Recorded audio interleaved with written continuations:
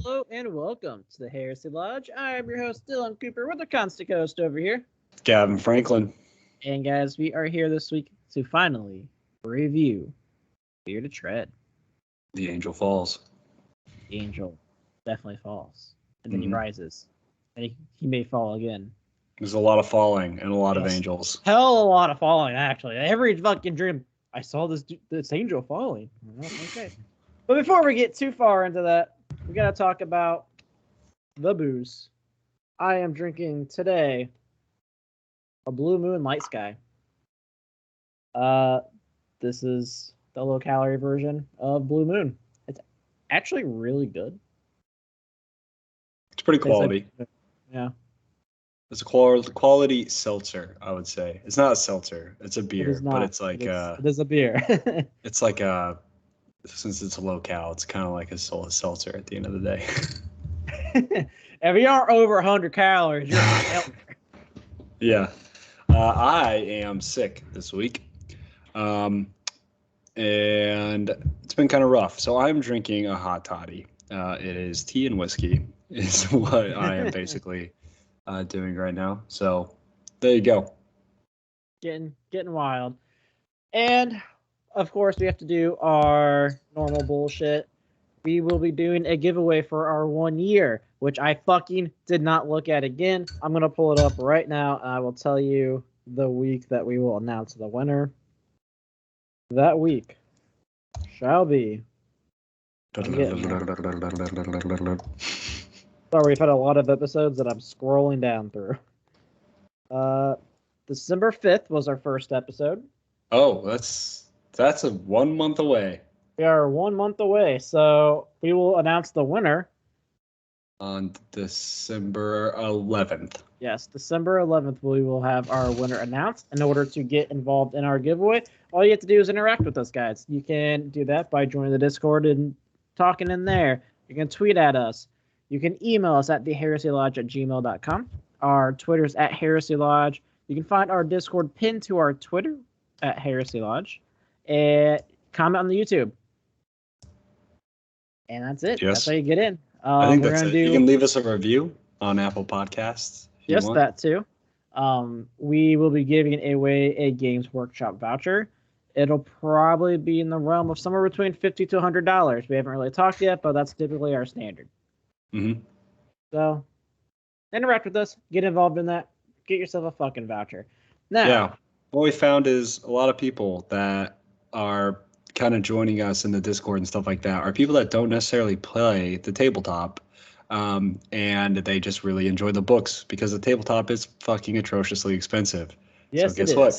This is a really great way to win a chance to get started. Yeah, either that or you can also buy like Black Library will every week has some new release. So you can buy a couple books, you can get collector's editions, whatever. Kind of just gives everyone something that they can get. Sure. So, after all that, it is time. Gavin, Fear to Tread, the opening scene. We get Sanguinius. We get the Luna Wolves. We get some random fucking Xenos race that doesn't matter. But it's fucking cool. Yes, and not only do we get Sanguinius and Luna Wolves, we get Sanguinius and Horus, which is fucking awesome. It's so cool to see. It was honestly one of my favorite scenes of the Horus Heresy so far. This entire battle, where it was a very well described battle. They did a good job at describing hammer and anvil tactics, which is really hard to do, I feel like, and that's a very useful way of warfare that they use even today in the military, hammer and anvil kind of battle. And it was really cool to see them showcase how that is supposed to work, how you kind of push your enemy into yourself and break them on that anvil. So really cool. And man, Sanguinius just comes out on top here, doesn't he? Yeah, this whole story is really badass. Honestly, I would have been happy if this was in a short story book. That's how good it was. Yeah, it would have been so good. Because one of the things we get from this snippet is describing how Horus knew about the Blood Rage, which apparently not even the Blood Angels know about the Blood Rage. Only a few Blood Angels do. Yeah, there's 5. Sanguinius and Raldalorn and Ascalon. Those specific characters are the only ones that know about the Blood Rage. And when a warrior kind of falls to the Blood Rage on this planet, they like secretly deal with it. They take him to like a hut, and there's a bunch of guards surrounding him. And Sanguinius comes in to murder the guy, and that's when Horus finds him. Now he's like, "Whoa, that was weird." I wanted to talk about this for just a minute because I understand that Primarchs are very powerful beings. What I think is so interesting is how easily they can sneak by things, how easily that they can go undetected. They're huge. You'd think that would be like big motherfuckers. That'd be like the one downfall. Like I understand that they kind of write it in for Horus Corax because he literally manipulates people's minds into not seeing them. That makes sense if they like Magnus did the same thing. But Horus, like, how is he sneaking past not humans, Astartes? Yeah, and it's not like Alferis. It looks like Alferis can also like blend in because he's like the same size of the Astartes. Horus is just a big ass motherfucker, and he has this giant fucking hand thing too. Like he's not sneaking by anything. There is no stealth mission he is going to succeed in. It makes you wonder, how they do it. And I think he's just like digging down. Like he makes a little like hole. He just pops into the tunnel. Like, oh, Sanguinius is in here. I can smell him. Horus the Badger. Exactly. That's what he is. This is a stealth mission, boys. Get my shovel. No, he just has 2 claws. He has this little power claws or whatever. He's just sitting there digging. That's how he does it. So Horus, it gets revealed to him about the Blood Rage, and you kind of see this bond between Sanguinius and Horus because Horus agrees to keep this a secret even from the Emperor himself, which is going a long way. I don't think that you would see that between a lot of siblings, a lot of Primarchs. Yes. What I really like too, though, is like Sanguinius is like, look, like if the Emperor knows, what if he tries to get rid of me like the other two? Mm-hmm. And like the actual like fear that like he could just get rid of us on a whim. Yeah. So there's a lot of interesting points in this discussion. So the first thing, kind of going back to what I was saying with the Primarchs, is you can tell Sanguinius and Horus are incredibly close because regardless of any relationship most Primarchs have with each other, they're looking for every opportunity they get to be the better son to the Big E. So like if there's something that they see one of their brothers doing wrong, they almost like eagerly await to tell their dad. You'd guarantee if it was the fucking lion, he'd be like, Dad, look what this guy. Yeah, like they feel this like need to be wanted by the Emperor. But Sanguinius and Horus, their relationship ascends above that, and they're like, hey, rather than being loved by the Emperor, I'd rather like be loved by you, kind of thing. So it's really cool. And we get to see some more interaction that they have later in the book too. Cool scene. And kind of going on what you're saying is Sanguinius is fearful of the Emperor. I think Horus is fearful of the Emperor. I think there's very few Primarchs that have like this innate ability to resist that kind of fear. Like I don't really think Leman Russ fears the Emperor. I don't think Rogel Dorn. I think Leman and like Rogel like specifically, I think they're both like they do what they're supposed to do, right? Like they don't have. Yes, like the Wolfen is like a flaw, but they do their job. They're there to be the executioner, right? Rogel Dorn, he does everything to the T, so he doesn't care. They do every single thing the Emperor tells them to, and they'll fill that order to the death. There's not a lot of Primarchs that'll do that, Even good Primarchs, you think of like Vulcan. Vulcan would question the Emperor's orders if they were too sketchy. Yeah, if it was like, oh, you have to kill all your citizens, like, I don't know if we should do that. And we actually get an interaction later on in the series between, like, way later on in the series between Vulcan and Magnus. That goes to show that, like, a lot of the loyalist Primarchs would have kind of done the same thing Magnus did. And I really think there's only maybe a couple that are just extremist loyalists and that would just die on their sword for the Emperor. And I think that really does boil down to Rogel Dorn and Leman Russ. Yeah, I mean, one thing I just want to say about Magnus, like I feel like Magnus is like in that spot where like either side would take him.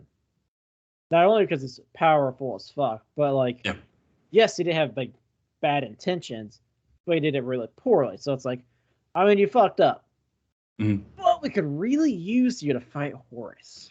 Yeah, no, that actually comes up later on. It's a thing that happens. There's many times, I don't want to like go on a Magnus tangent on Fear to Tread because he barely comes up at all in this book. But there's many times in the future where Magnus kind of gets offered like, hey, we'll forgive you if you do this. And then like the price is too great or something. And Magnus is like, fuck it. I'm just on my own now. I'm going to do my own thing.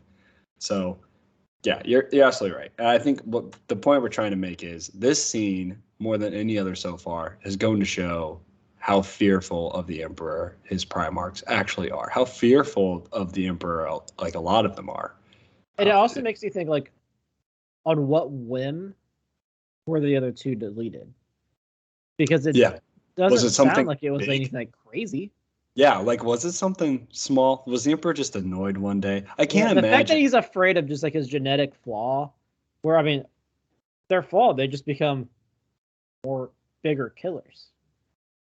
Sanguinius kind of expresses that he was concerned of him dying when the Emperor discovered him because of his wings. Yeah. Which is crazy, but it's true. You know, like you think about these like visual impairments, you know, they described, like we talked about Vulcan, the fact that the pigment of his skin was actual charcoal black. Like, that's a genetic flaw. That's what the writer said. Is like, well, shit, that'd be super fucked up if the Emperor just killed him. It's like, sorry. Like, what are you? Not the right color for me. Yeah, like that. Yeah, the wings. I mean, I don't know. I don't know how you don't look at Morteron's like, yeah, that's fucked up. Yeah, Morteron in general. Like he's kind of like an albino, I think, too. But I don't know. There's a lot of stuff going on with the Emperor and his Primarchs and how they interact with each other. So we get past this initial scene that sets up this bond between Horus and Sanguinius, shows us that Horus knows about the bloodthirst. And the next thing we see is we get a little time lapse of when they're fighting again, or at least united again at the Interrex, right? The Interrex. And that is when Sanguinius, we've already seen this story. We saw this story in Horus Rising. We get to see the Sanguinius portion of this now, which is Sanguinius and the Blood Angels then leave to go fight some orcs with the Alpha Legion. Yeah. But they also, this is where we have when fucking what's his face?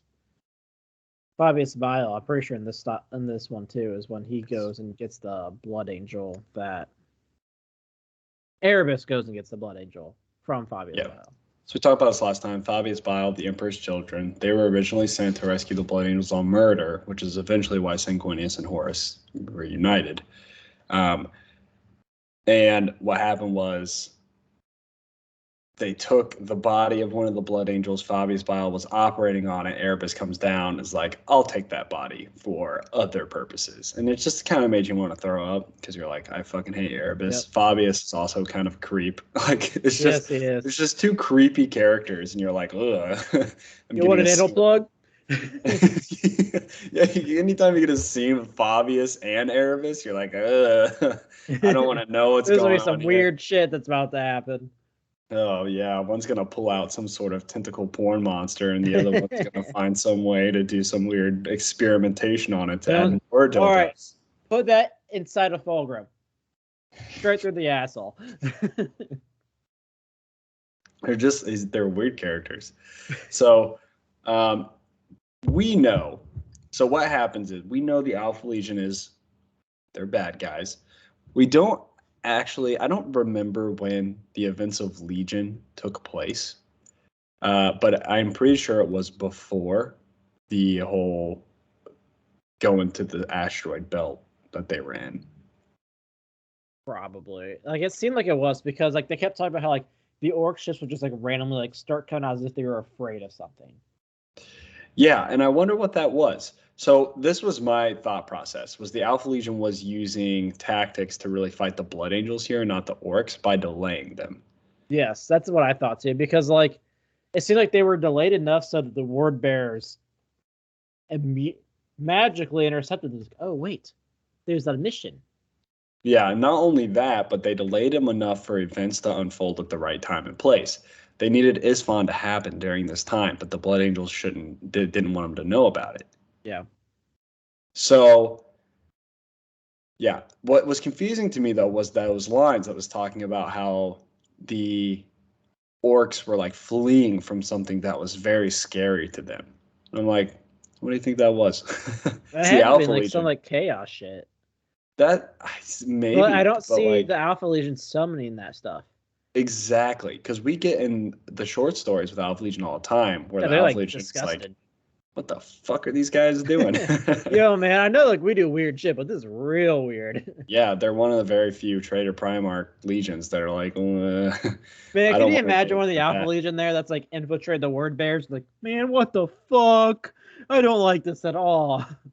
There probably are some Alpha Legionnaires in the Word Bearer Legion. I mean, there are, absolutely. Yeah, Not for probably, sure. there are. And I guarantee you, they're sitting there like, fucking hell, man.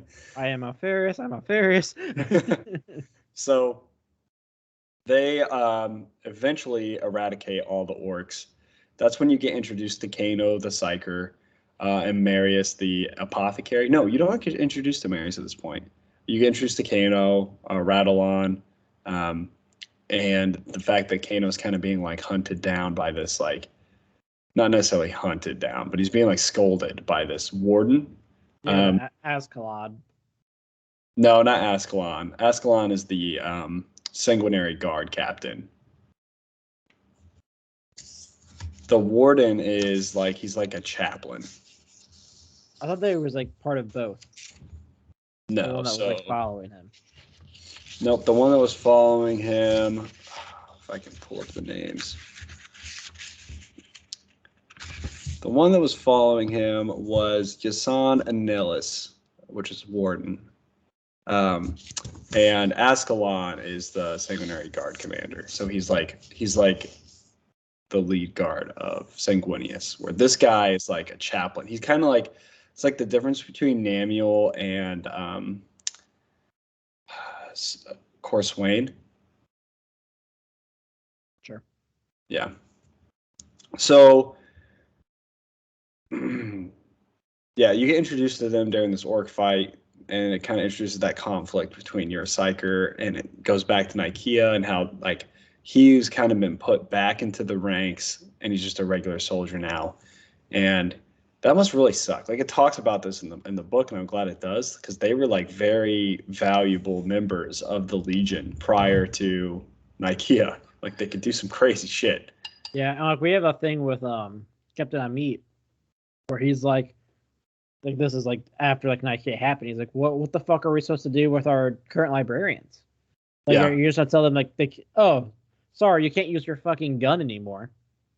Like that's what he was comparing to. He's like, oh, what if I took away your weapons? That's what we're doing to them. And then he also saw like the other legions. Like, what do you think Dorn's gonna do? Yeah. Amit is a really, however you want to say his name. He's a really interesting character. I like him a lot in this book. I like the kind of stuff he does. The Flesh Terror is what he's called, right? Yes, because of his weapon. Mm-hmm. So they finish off their situation with the Alpha Legion, and they're trying to figure out where they're going next. We get introduced to a couple characters. The biggest one is Maros. Maros is the apothecary. The chain axe, we talked about this in the beginning of, so he's super badass. He's just like running around. That's when the Space Wolves show up. And the Space Wolves are all like, we're here to watch you. And remember like how we were talking, now that you've finished the book, and we're assuming everyone listening to has as well, there never really seems to be a reason why they're there other than like Malkador sent them, right? Yeah. Basically, it's like they didn't know this Isfahan. They did not. But they knew, they're like, oh, we just want to make sure you didn't fuck off or fuck up like Magnus. But they knew Magnus.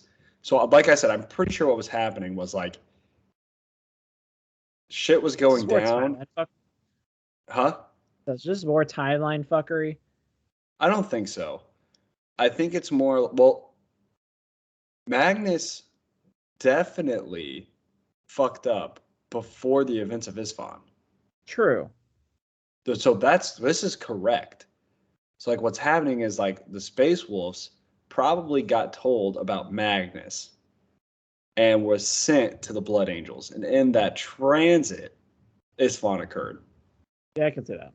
So what's happening here is like Malkador doesn't know what's going on with some of these legions. So he's like, Space Wolves, I'm going to use you as the police force. So I wouldn't be surprised if in a lot of these stories we see Space Wolf contingents. And then we get the word bearers showing up. Obviously, they're agents for Horus. They deliver like this crazy fucking astropath with this vase that she had consumed in her stomach, and she like spits out ectoplasm. Like, rubs it like a genie.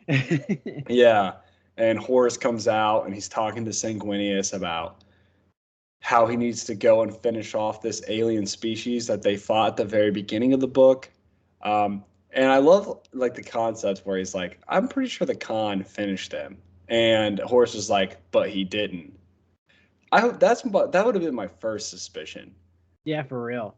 Because like kind of talking about the character of the Khan, he doesn't seem like someone that would make that mistake. No, he seems like the type like, all right, I'm gonna fuck them all to death. Yeah. I mean, things based off, fuck. Genghis. Yeah, it's Genghis. I was about to say Genghis, and I was like, that's not right. Yeah, he's based off Genghis Khan, so he's a conqueror. He's gonna fucking destroy them all. Yeah, and the way they kind of write his character is he's a bit of a hunter. So it's interesting to see that he would like not find them. So yeah. kind of weird. But Sanguinius believes him. But Horus also reveals that the solution to the blood rage is in the system that those aliens had reconquered. So he sent Sanguinius and requested his entire force go to Cygnus cluster, which is where these Nephilim are currently infesting. Yeah, which we have a cool scene too. So like on, I think it's Cygnus Prime, this like guy shows up, and we find out he's from David, and he's like starts this ritual, basically, and just starts like raining blood, and like we don't see them for a while. Yeah, so we get this very short depiction of what's going on Cygnus prior to the Blood Angels' arrival, and shit's just happening. Like, yeah, pretty much. Everything's getting a tint of red. There's like fucking, it's like hell. Like the place is literally turned. There's sulfur in the air all over the place. Like it's crazy.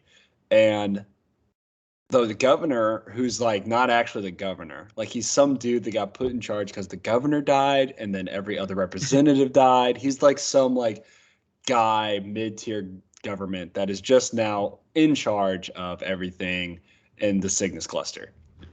And he's been requesting aid from the Imperial Army, and finally they show up, and it's this character, I can't remember his name, and immediately reveals himself to pretty much be evil. So he's from Davin or Davin. Is it Kyrus? Shit, I don't remember. I don't know, because he eventually, I think, ends up being, I can't remember his name either. But he's a character. Okay, so shit's going down the Cygnus cluster. We know pretty early on, obviously Horus is evil. Obviously he's sending Sanguinius to a trap. And then they reveal to us that it's not just a trap, it's a chaos trap. And then it's like, holy fuck, this is going to be cool. And it is. It's really cool. It is really cool. So not much happens in the transit, but once they get there, shit starts going down immediately. It's weird. There's like several planets in this cluster that are inhabited by humans, but they can't get any scans back of life. There's nothing going on. There's nothing that reminds them of the Nephilim, anything like that. So they approach the first planet. And man, what a fucking scene. I also like too, like they have like pulled out like bodies before they even get to the planet. from like shipwrecks. Like they're all missing bones, and they're like, "What the hell?" Yes. I wasn't sure if that happened before the planet or not, so I didn't know to bring it up. But yeah, Yep, so right before it. they That's when find they decided like we gotta go down and see what the hell's going on down there. yeah, they find shipwrecks and they bring it back for Maros to inspect. He's like, Yeah, and they bring in like all the apothecaries. Mhm. Like it's like this big room just like full of bodies. They're like, all right, all of you get like X amount, do an autopsy. And everyone's like, whoa, there's no bones. This is weird. Yeah, and that's the conclusion they came to. Like, I'm pretty sure you could have just done like one apothecary. You probably could have just picked up the arm and it's just like wiggling around. Whoa. Yeah, there's something missing here.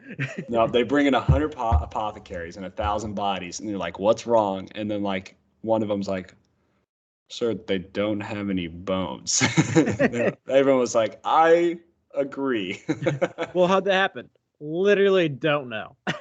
There's no cuts anywhere. It's not like somebody removed the bones. No poison could do this. Yeah, they were looking for like a viral agent. They couldn't find anything like that. So yeah, they were like, it's their bones just disappeared.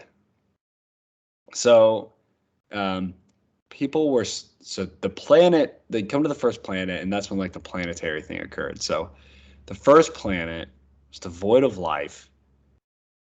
And then as they're watching it, it starts like rotating against its orbit. Yeah, it was weird. Or against its rotational direction.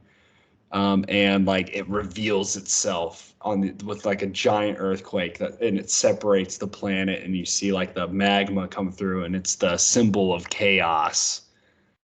That's fucking cool. I like how like they're like solutions like, hey, let's just blow up that planet. That one's fucked up. Let's just get rid of it. Something's wrong with this planet. Look at that thing. That ain't right. We should get rid of that. Should we go down and check for survivors? Hell no, they're gone. I think we're just gonna blow it up. The scan negative. I think the thing has a mouth. I don't trust things with mouths. They call in, sir, the planet is moving against its rotational axis and it has a mouth and it's giving us evil symbols. Screaming. Well, let's go ahead and blow that one up. And the funny thing, like, as it's being blown up, like, they can hear it, like, screaming. And it's just like, man, that's fucking strange. Shoot some more missiles at it. Get it to stop screaming. Let's see what the next one's like. All right, prepare the missiles because we're going to be blowing up a lot more planets. Can you imagine? This whole thing would have been solved if they just blew up all the planets. Oh, yeah, no problem. That one's fucked up. Guarantee the rest of them are fucked. Let's just get rid of it. Yeah. Sir, the planet is screaming. They're not supposed to do that. Blow it up. Jeez, that's great. And like after they blow it up, all of the stars disappear. Like this black veil surrounds the entire solar system. Yeah. They're not supposed to do that either. Really, guys, we should really blow up these other planets. Oh my gosh. There's like that one crewman, like, why aren't we doing that to the rest? Yeah. There's always one crewman somewhere that's like, guys, this would be a way better idea. And apparently, after this planet happened, all the people started to commit suicide. All the humans, because out of like anger or something, they just started going they started hearing like voices and shit. Yeah, so it was kind of cool. And then in Sanguinius, they came across the second planet, and instead of blowing it up, this one doesn't have a mouth. Let's go down. Yeah, no mouth. So it's like let's send like 20 people. Pretty much. He sends like 20 people there, and then he's also like, we should check out that like black thing that is surrounding the cluster. Let's send like a ship. Yeah. So he sends like very little in each direction. And the thing that happens in the ship, this is something I never understood. So they reached it. What was it again? It was like the warp, right? Like it was fucked up. Yeah, it was like they were like just inside the warp. Yeah. But did they die? I don't think they. I don't think so. Yeah, It didn't say. I don't even know who was on the ship because it was very short. Yeah, I wish I could remember what that was, but I don't know if they died. I know like the description of what happened was really fucked up because like everything started to bleed. That's what happened. There was like blood everywhere, and that's when They just turned on the windshield wipers and went backwards. What? Nope, not here either. Let's reverse our engines. Shoot the missiles at this thing too. Wait a minute, it's not supposed to do that. Sir, there's just a lot going on. And I really don't like this place, sir. Yeah. And then you get down to the 20 people that go on the planet. You have Maros, you have his company, the 10th company, right? Yeah. Is that what it is? Let me try and remember. And you also have some word bearers too. Yeah, the word bearers go down. The 9th company is what Maros is a part of, and Kano goes down with them. Yeah, so while they're down there with some word bearers, they crash land because their pilot goes crazy, kills the other pilot, and then commits suicide. Or tries to kill the Astartes, and the Astartes kill him. But he blows up all of the ships, like... Yes. And it just fucking nosediving. Yeah. So they all survive because they're Astartes. I didn't realize that happened twice in the story. Yeah. There's a lot of falling in this story. Yeah. It just doesn't stop. Yeah. Did we get the dream before this? I think we did, because that's why Kano decided to go with Maros. Yeah, I think you're right. I think we did get the dream. So at this time, Kano has this dream about... all the librarians have the same dream. Yeah, and we don't know it's all the librarians, but like eventually we figure it out. All the librarians kind of have this dream that there's like an angel, but he doesn't have his wings. It's like bloodied up. Yeah, they call him like the Red Angel.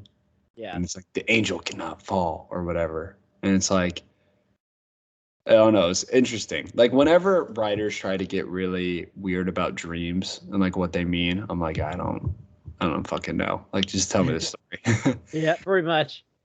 It's almost when like we were reading The Outcast Dead and they gave us like all those images. It was like, and then the golden dragon will drink from the lake. And I'm like, all right, fuck off. But yeah, this dream was very clearly about like an angel, and it was angry, and it was red, and it was falling. A lot of adjectives. Those were the adjectives that you used. Yeah, an angry red falling angel. So once they make it, that's why Kano decided to come, because he's not with the 9th company, but he's like, I'm going to follow Maros. But also, I think there's some fucked up shit happening here. Like, no shit, Kano. Like the last planet cried. I'm sure this is totally normal here. The last planet turned around and growled at us. I don't think it's supposed to do that. So Kano goes with them to this first planet that they make landfall on, and it's a super snowy planet. All of this entire city where people were, there were a bunch of bodies that didn't have bones, and the entire city's in ruins. So they're just scouting around when all of a sudden people start to die. So they start like checking in. They're racing to wherever people are dying and trying to get order. And that's when they find a dead word bearer. You get this scene where the word bearer is like, you can't remove his helmet, but he did. Don't take his gene seed. Yeah, Maros removed his helmet and his face was all fucked up. Yeah. He was like, you don't take your gene seed. We deal with our own. Like another thing where I'm like, so much in the Warhammer universe could be solved if people just kind of talk to each other. Yeah, for real. So much. Like if there wasn't like this like crazy hierarchy of power, like if Maros could just go to Sanguinius and be like, hey, like I want to let you know the War Bearer had a really fucked up face, and I think there's something going on there. Like fucked boom. Up face. They wouldn't let me take the gene seed. He was gone for like 45 minutes. There's something going on there, and like you see this multiple times, especially at the end of the book, where it's like, why wouldn't you just tell that person? You know what I mean? Yeah. So they come to find out that the like rubble of the city is like killing people.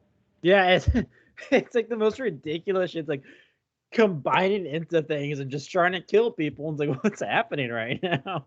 Yeah, like all these buildings are like turning into beings, and it turns into this giant There's like city. signs connecting together, and then like shooting like other signs out of it, and just like piercing people. Like, what the fuck?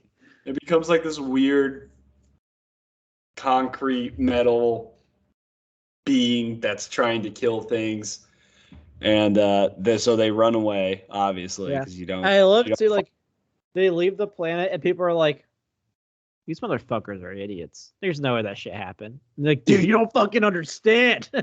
There was shit shooting at me. Yeah, what happened? Because like they made it out, but a ship in orbit blew up because the whole planet again, like comes to life and like shoots. He shoots the planet, like shoots something out of a ship, right? It like shoots like a volcanic rock or something. Yeah, something like that. And again, Sanguinius is like, it's not supposed to do that. That's not right. So then they blow it up.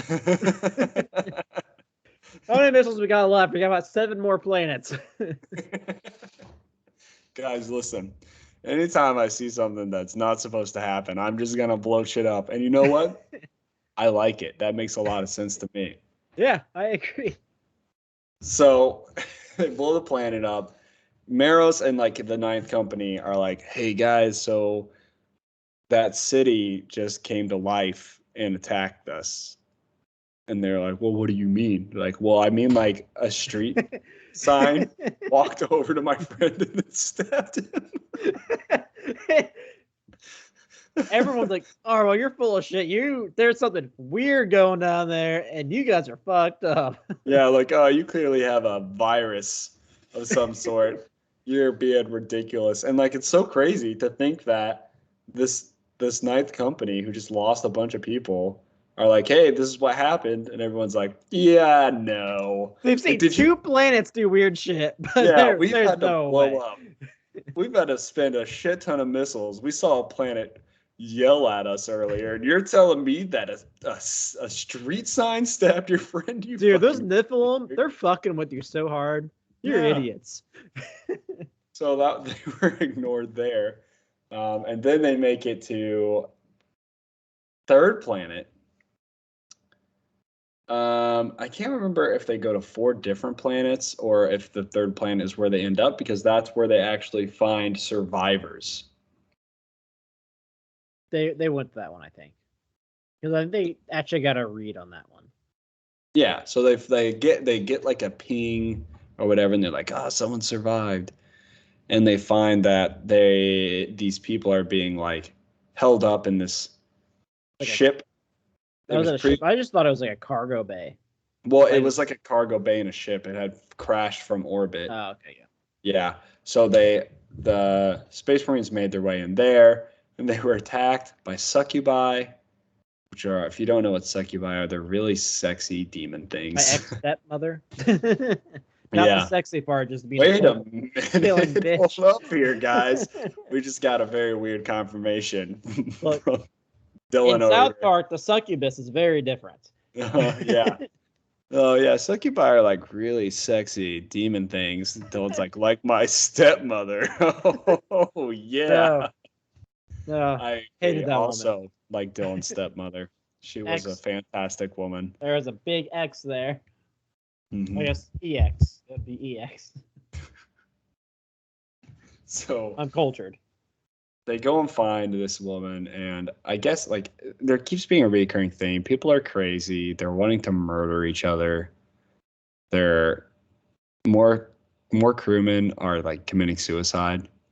Yep. And no one, like the whole time there's like inkling where like a space marine or a human would be like, this kind of seems like demon shit. And then every time No. Absolutely not. This is some sort of alien weapon. Yes, the Nephilim. They are fucking with our brains. Well, we haven't seen the Nephilim and we just fought a demon. And they're like, no. Look, dude, I fought a demon. I fought a fucking stop sign. We've blown up a couple planets now. I don't think it's them, guys. Yeah. No, it's definitely them.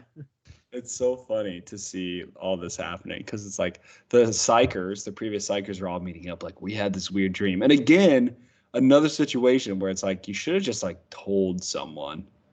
Yeah, I mean, your Primarch literally has the same dreams. Yeah, like it's not like you can stop a dream from happening. I don't think it's like, oh, you dare break the edict from the Emperor? Like, yeah. Oh, hey, I had the same dream. Yeah, that's weird, huh? Yeah, and to be fair, I will give fairness to Kano. Like, what was he supposed to do? Like, hey, Mr. Sanguinius, sir, things are really weird here. Like, yeah, no shit, Kano, things are really weird here. But, sir, I think, like, 8 or 9 of us had the same bad dream. He's like, dude, shut the fuck up. I've got, like, way more important stuff to deal with. 6 more planets I gotta blow up. We're almost out of missiles, Kano. You think our bolters are going to take that down? I don't think so. So, yeah, that's a story that kind of doesn't really go anywhere in the end. So basically what ends up happening, they find these survivors, and then they find the survivors almost killed by one of the remembrancers, the only remembrancer. Yep. Because he almost goes crazy, but he stops himself. And that's when we find out that one of the girls, and the reason the survivor survived, she's a pariah. So did you get what I was saying, how weird the pariah was in this book? Yeah, because like normally every time we've seen them, they've been like, everyone's just felt like off about them if they want to be away. But like, maybe it's because she's nullifying all the fucked up shit around them, but they're like, oh, this is way better. I would rather feel nothing and a little uncomfortable that's super uncomfortable and getting fucked. I guess that's true. That's probably true. Like, you're having like dreams, like corn dreams. You're like, I just want to fucking kill something. Let's go. And then it's like, hey, what if we just got a little queasy instead? Oh, this is so much better. Oh, man. I love being queasy. This is way better than what all just happened to me. So the whole time this is happening, we're kind of ignoring also annoyed by another little side story, and that's the word bearers. So the word bearers are communing with Horus and communing with demons, and we get the revelation that they are communing with a bloodthirster named Kabunda. Yes, Kabunda. Kabunda, however you want to say it. Kabunda. So this guy is actually super badass, and he is a real big badass. Yeah, so he's actually a very important character in the Heresy. We'll see him more. Awesome. In the Siege of Terra, which is cool. So not only are they doing that, but they're also talking to Kyrus, who is a keeper of secrets, a greater demon of Slanesh. So we have Khorne and Slanesh really coming out with the big dogs here. 2 greater demons. And Khorne, the Bloodthirster, has made a deal with Horus to be like, yo, we'll kill Sanguinius. Because as we discussed previously, Horus, now turning to the dark side, doesn't want to deal with Sanguinius because he's scared that the demons will like him more. Which, I mean, I get it. I get it too. Also, Sanguinius is way cooler. We kind of glossed over this, but there was a conversation where Horus was talking. And he's like, no, this was Erebus's plan. Fuck Erebus and his plan. I'm the one in charge. Yeah, I like Horus. Ish. The whole thing, I like the traitor portion right now. This book was really good with it because it kind of talked about how it was falling apart. Because the real issue with the traitor legions is no one knows who the fuck is in charge. And they're all kind of pursuing their own agendas. And even though Horus is like, hey, I'm big bad, only like half the people believe him. Like we already saw in Primarchs, like Horus told Fulgrim to go to Terra.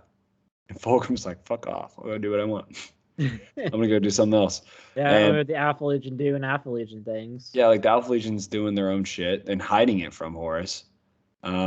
And here we have the word bearers like, hey, Horus, this is the deal. And Horus is like, I don't like that. And they're like, well, we're going to go through with it anyway. So yeah, Horus is not, he's done a very bad job at reining in his boys. I bet Aeron's falling onto the T. Probably. He's being the little Leman Russ. Let me kill things. Yeah. As long as Horus like directs his anger somewhere, he'll be fine. So we get that they're like communicating with both of these greater demons. We have Slaanesh and Khorne teaming up. Horus is one side, the word bearers have the other. It seems like Slaanesh is kind of teaming up with the word bearers, and Khorne is secretly scheming against their plan, and they're going to try and kill Sanguinius. Yeah. Finally, they arrive at the ship comes under attack psychically. The red tier. Yes, and Kyrus, who's the keeper of secrets, comes into Sanguinius's room and is like, Yo, join hey, us. come join us against the Emperor, yada yada yada. Come fight me at this temple, at this place. It's like he showed up and he was like, hey, 5 o'clock after school, meet me on top of the stairs. Let's go. You're gonna join me, and if you're not, I'm gonna beat your ass. That's pretty much what happened there. It's like WWE style introduction. Come in, all right, come to Cygnus Prime. It's happening. Fireworks are going off. And Sanguinius, of course, in classic WWE fashion, is like, I'm going to Cygnus Prime. I'm going to rip his fucking face off. And no one's going to stop me, brother. It's great. And they all team up and they go barreling into Cygnus Prime, and they get stopped by this graveyard of ships, and these ships are coming to life and fighting like his fleet. Yeah. That's the word I'm looking for. Fighting his fleet in orbit. And these ships are really cool because they're like not manned. Like the ships themselves are they're not supposed to do that. Where's the missiles? Someone get the missiles quick. Some unexplained shit is happening. And like this whole time still you even to this point, like Sanguinius is like, I don't want to say demons. Like, sir, it still might be the Nephilim. Didn't the demons just come to your room and challenge you to a WWE SmackDown? That was a Nephilim. I don't with know. the mask. Questionable. But sir, you accepted his raw challenge. It's a cage match for custody of this child. It's hell in the cell. That's really what happened, though. It's exactly basically. You get down to the point, and it's just straight up hell. It's hell in the cell. So the red tier gets blown out of space because at this exact point in time, the Word Bear's flagship, or not the flagship, but the Word Bear's ship, the only one there, has positioned itself to defend the red tier, but it pulled away right when it had to. Yeah, so like it's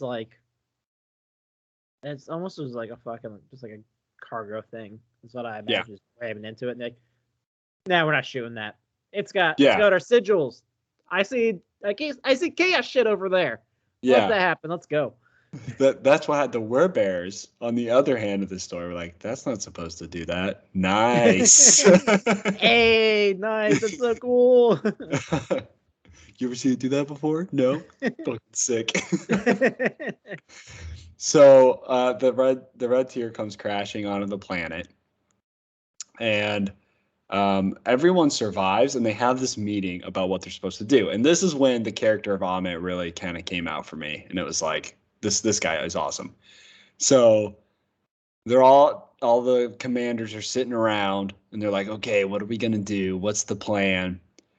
And they're trying to figure out what happened to them. And Amit's like, oh, come on. But come on. Get your head out of your asses. Come on, guys. This is fucking stupid. First off, let me go and say this. Demon. And everyone was like, oh, demon. And like he said it's like the Sanguinius too. Yeah, so like it's like, hey, this is what's happening. And Sanguinius says, Amit, shut up. And Amit's like, no. Yeah, with all due respect, Dad, I ain't fucking done. And then he's like, and you know what else? You know what else? Fucking Horus. Who sent us here? Oh, that's right. Your fucking piece of shit brother. And he just starts talking shit about Horus. He's like, Horus is a fucking traitor. He's trying to kill us. And Sanguinius just gets pissed. And he goes over to him. He like flies. They're like, everyone's like, wow, we couldn't even see him move. And he just like pummels them. He's like about to like I think it is like his blade at his like throat. And he's like, look, I ain't fucking done still. Yeah, it's so great. Sanguinius is like, you better apologize. And Amit's like, fuck you. Fuck your brother. Fuck your dad. Kill me, bitch. Kill me. You ain't shit either, all right? Yeah, and that's when Sanguinius stops. He's like, Amit's over here cussing him out. And Sanguinius is like, oh, shit, he's right. This does kind of make sense. Oh, damn it. I have not seen a single Nephilim, have I? Shit. I'm pretty sure this like pinchered hand booby monster came at me on my ship earlier. Didn't look like a Nephilim to me. Man, he's like, yeah, you know, Horus did talk to me through a person spewing out ectoplasm. Maybe that was a good sign. I also had to blow up 2 planets because they were doing weird shit. Huh. You're right. Something's wrong. And I love how like the solution to this is, okay, we're going to go and we're going to fucking kill him. We're going to hell in the cell.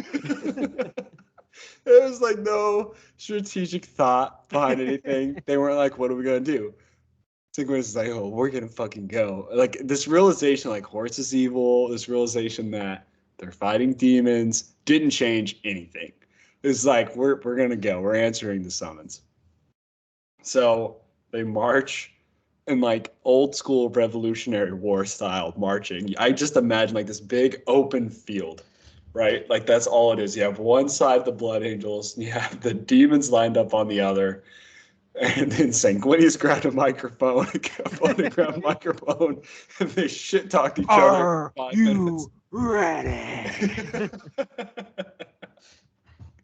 Oh, and throughout this entire thing, I don't think anything like storyline wise happens unless I'm forgetting something. Like it's literally just them going to war. Yeah, they just went to war for like 100 pages. Yeah, and I'm trying to remember. Somebody stayed back. Kano stayed back because he's like hurt. Yeah, so Kano. I think he got hurt when the ship crashed. Possibly. Because that's the only thing that makes sense. Because it was just I'm hurt. No. When the ship rammed into them, demons came out. Oh, yes. And one speared Kano, and the Space Wolf, who we haven't really talked about a lot, but I think we'll talk about at the end, kind of came in and saved his life. So Kano is back with the ship. And everyone else is there. And it's straight up just fist fighting demons. It's fucking awesome. It's really cool. Well written. Demons are such a hit or miss for me in these books because their forms are not permanent.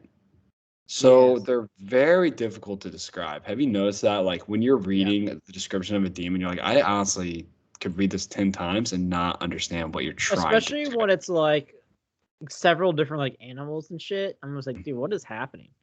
Like, oh, he's got, a crab claw, a goat head, snakes. But the goat head is actually his leg.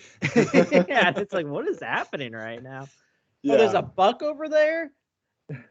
Yeah, there was one that they described as like a centipede thing that would like come out of the ground and start fighting people, but its limbs weren't like permanent, like they would go out and then disappear or whatever. They were like, stop signs. Watch out for the stop sign. See, you guys thought I was fucking crazy. Look. Yeah, you have Sanguinius there just beating the shit out of Demon, just like, you're not supposed to happen. You're not supposed to happen. Yeah, basically. There was one like really cool demon that is described where it was like a weeping widow and she had eyes on her hands and all of her tears was like acid and she was like walking through crying on people. It's like, that's fucking sick. But yeah, Sanguinius beat the shit out of her. I'm trying to remember. Kabadon, I think. Huh? I think then that we just get Kabadon. Yes. So, next thing that happens, Kabanda comes up, fights Sanguinius, and Sanguinius beats Sanguinius. Now, Sanguinius, this is the This is why Sanguinius lost, was because he had a weakness for his. He wanted to save his soldiers. You know. Yeah. They also have like a weird thing too, where like when like their soldiers die, like they feel the death, which is interesting. Sanguinius does specifically, yeah. Well, because Kano did too at the end. Oh yes, so like all the Blood Angels are connected in a certain way, so they feel when their comrades die, and so that's why like Sanguinius is the Primarch that I think is most connected to his warriors. Like he knows them all by name. It's nuts. There are several times where he asks like Maros to step forward and give his account on what happened on all the fucked up planets. Maros, every planet you go to has been fucked up, dude. What's going on, pal? Are you a demon? Whoa, that's not real. I'm just kidding. No, you're totally being fucked by Nephilim, though. So Sanguinius gets kind of fucked up by Kabanda, and then Kabanda like turns and murders in one blow like 500, I think, Astartes. Yeah. He uses like this like raging fell sweep, and it kills like 500 Astartes, and that is what actually like hell flame or something. Yeah, that's what actually puts Sanguinius in a coma, essentially. His sadness from what happened, which is so dramatic, but that's pretty much what occurred. Such a Lorgar move. It is a very Lorgar move. And then you have Ascalon and Maros and Radalorn coming together, getting Sanguinius out of there and retreating. But the supposed death of the angel, caused all of the rest of the Blood Angels to just go fucking crazy. And they kind of all entered like a semi-blood rage. Yeah. So it wasn't a permanent blood rage, but it was really cool. Like they described it really well. So basically like this fog just started to envelop the battlefield. And this WWE SmackDown really became it turned into the Royal Rumble. It was fucking nuts. So like basically what had happened was like there was no order to the battle. Like these Blood Angels were just like running around until they found a demon. They were like, I'm gonna fuck you so fucking hard. And then they went up there, killed them, moved on to the next demon. And it even describes like some of these people would form like raiding parties and they're going around. And like I think there was a conversation at one point that was like, Sanguinius might be dead. And like the warden guy was like, it doesn't fucking matter. We're here. We're gonna fucking fuck some shit up. And everyone was like, yeah. And then they followed him. He started like killing more demons and shit. Yeah, he like found like a fucking like rhino or something, dude. He's like riding around on it. Fucking kill them all. It was great. And then you get the one scene with Amit where this was a crazy scene where the Space Wolves are like cornered and they're fighting demons. And then Amit shows up and saves them. And then he's like, thank God. And Amit's like, you're not a Blood Angel. That means you're an enemy. And he just murders all of the Space Wolves. Yeah. And, which I kind of, like, here's the thing. The Wolfen would have done the same fucking thing, dude. It's true. The Wolfen would have done the same thing. I don't want to hear any hypocrites. I can't believe into the blood rage that you murdered her people. Like, shut the fuck up. You brought. Well, they even like talked about it too. Like I've only seen this like when the Wolfen has happened. Yeah. So and they're like fine with that. They keep them as pets. It's weird. Yeah. So Sanguinius is in a coma. To keep the story a little short, Kano utilizes the power of the rest of the librarians. They decide, hey, we're going to go ahead and this is our breaking the council and IKEA point. That's when they decided that it was time to break the council and IKEA. They use psychic abilities to reawaken Sanguinius from his coma. Now, how do you feel about this? I thought the awakening was weird. Yeah, so basically Kano had to travel into Sanguinius's dreams. Yeah, and he's being like protected by the other ones, and like as he's like going further in, like they start dying. It's very similar to the ritual Magnus performed to try and communicate to the Emperor and to Horus in Materium. So I think that's but he was like going like light years away. Right. Sanguinius is fucking right in front of him. Yeah, I mean, I'm not sure like what the situation was, but that was the requirement of the spell or whatever he was performing. Yeah. So, Kano saw all these visions. Bradalon's death. Sanguinius's death at the hands of Horus. Saw all this stuff, and that's when Sanguinius wakes up. All of the librarians had died except for Kano, but the last one had actually died to a murder. So one of the people that they had rescued previously ended up being a cultist. And when the shit was going down and Hell in the Cell occurred, he decided he was going to make his Hell in the Cell too. Literally, in his cell, he murdered every single person, like human, aboard the Red Tier. Right after Meros and Radalon decided to take the Pariah with them to go. Basically, their plan was, because we're kind of missing this plot point here, Slaanesh and Khorne Slaanesh had some sort of device that was capturing all of the emotions of this anger that allowed Kabunda to kill 500 people. He like harnessed that power, and it's causing them to, it's like cycling it out of control. So they're angry and then they're more angry and more angry. That kind of thing is happening. So they've discovered this and like, we have to go destroy that device. So they're on their way there. That's when Sanguinius wakes up, starts flying towards the place. And everyone kind of busts into the temple because at this point, all of the Blood Angels had like one Hell in the Cell, and then they're going to the cage match where there's like a much smaller fight, but there's greater demons and no one can get anything done.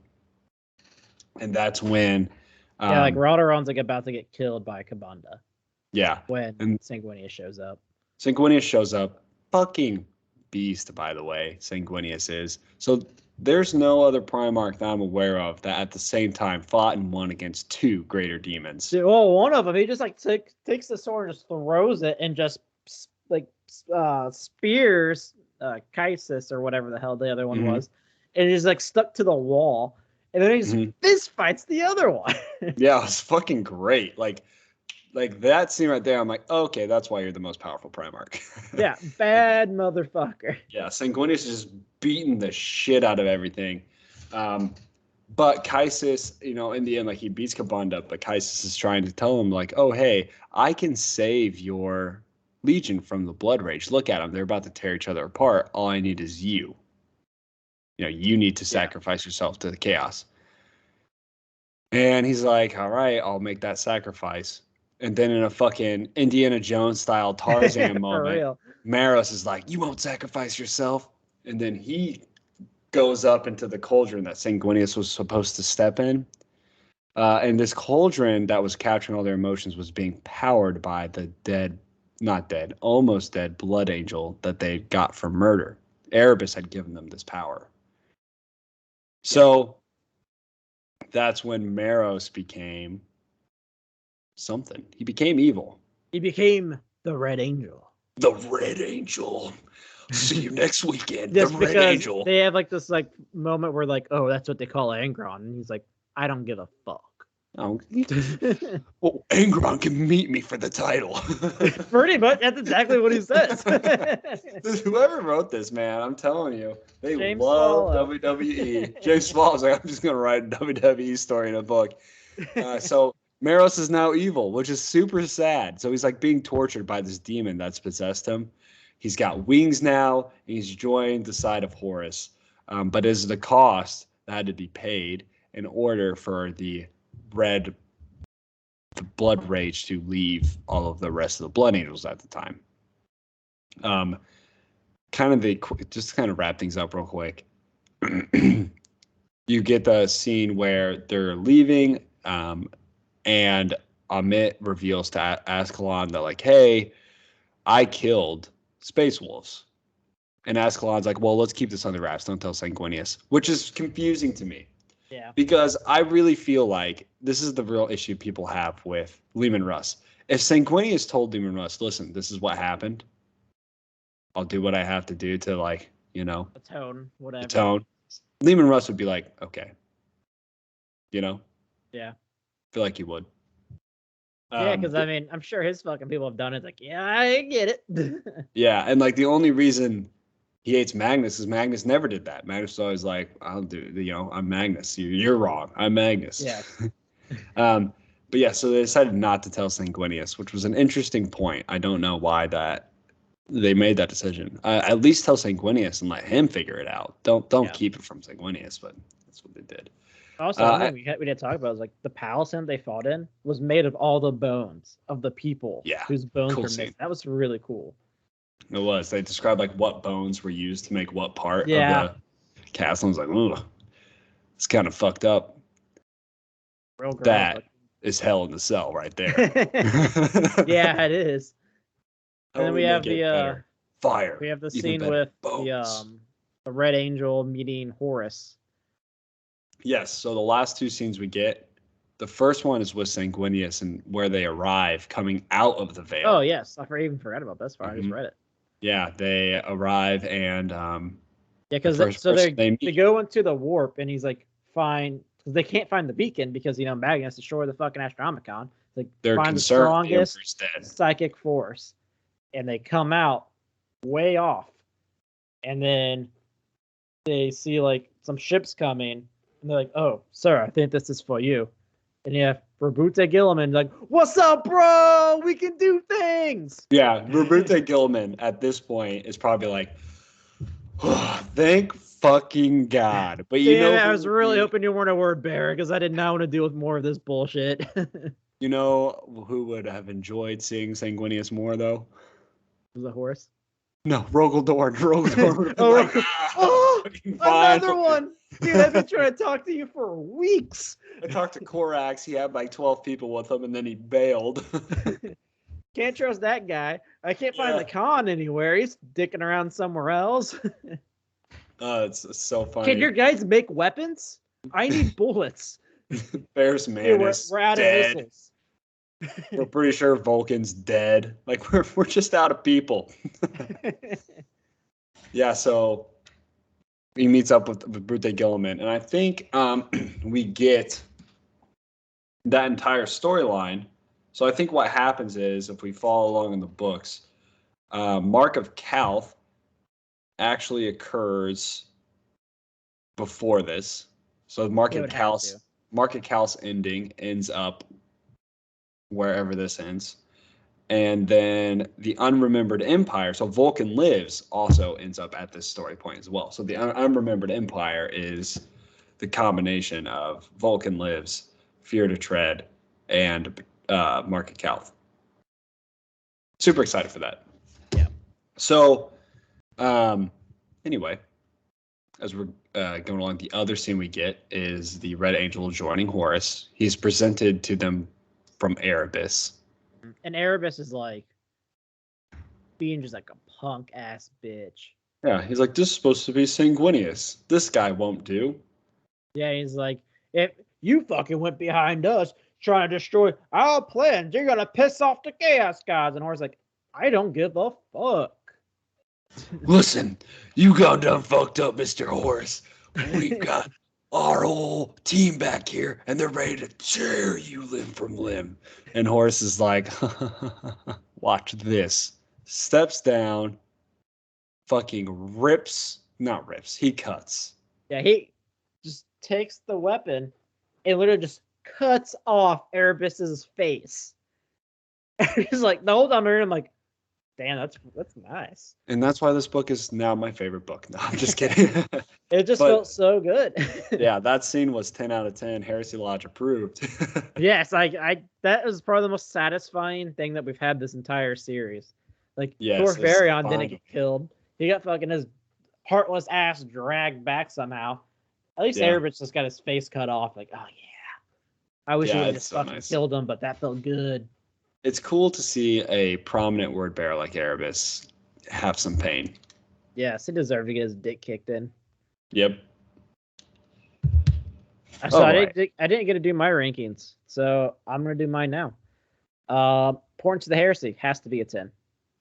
Gotta Absolutely. know You'd what's read it. going on with the Blood Angels. I will probably put this at like an 8.5 to 9. So where does it rank for you? I would put this. Honestly, I might have it 6. So you think this is not as good as No Fear? No, and the thing is, like, I really, really like this book. The problem is, it felt super long. Yeah. And I think a part of it too was like, it's been hard for me just like to read lately. Like, everything's like been super distracting. So like, there's things that I'm like, I really don't want to read this anymore right now. Yeah, I So totally it's get like, that. it was really good, but like at times, like, I just don't want to read this right now. Yeah, I understand. I think we're definitely approaching a point too. With Shadows of Treachery, we get the anthology, so that'll be a 3-parter. It'll be, we review, we preview, do 2 reviews, and then we get an extra episode after that. So I think it's good to kind of like take a break from reading after a certain point to kind of re-energize yourself into the Heresy. Oh, next is Angel Exterminatus, isn't it? Nope, next one is, after Shadows of Treachery, yes. Really? I thought Angel Exterminatus was next for some reason. I thought it was like the long ass. Nope, Shadows of Treachery is in between, so should be good. Nice. Yeah, that'll be nice. Sweet. Well, that is it, guys. That is our review of Fear to Tread. We both enjoyed it. It was awesome. You need to read it for the Heresy. It's important to know of the Blood Angels, and this is the second book now that's talked about Sanguinius dying to Horus. So, probably spoiler alert there, guys. But that's it. As I said at the beginning of the show, we will be doing our giveaway on December 11th episode. Be sure to get in on that. Probably somewhere between $50 and $100 for the Game Workshop voucher. You can do that by interacting with us. Comment for us on the YouTube. Also, please, like and subscribe. Helps us out a lot. Tweet at us at Heresy Lodge. Find our Discord. Get on there. Talk to us on there. That's always fun. It is pinned to the Twitter. Email us at theheresylodge@gmail.com. Leave us an Apple Podcast review. And that's it, guys. We will be back next week to preview Shadows of Treachery, not Angel Exterminatus like I thought. So that's kind of nice. Good thing you didn't start reading yet. Yes, I almost did. No, you guys have a good one.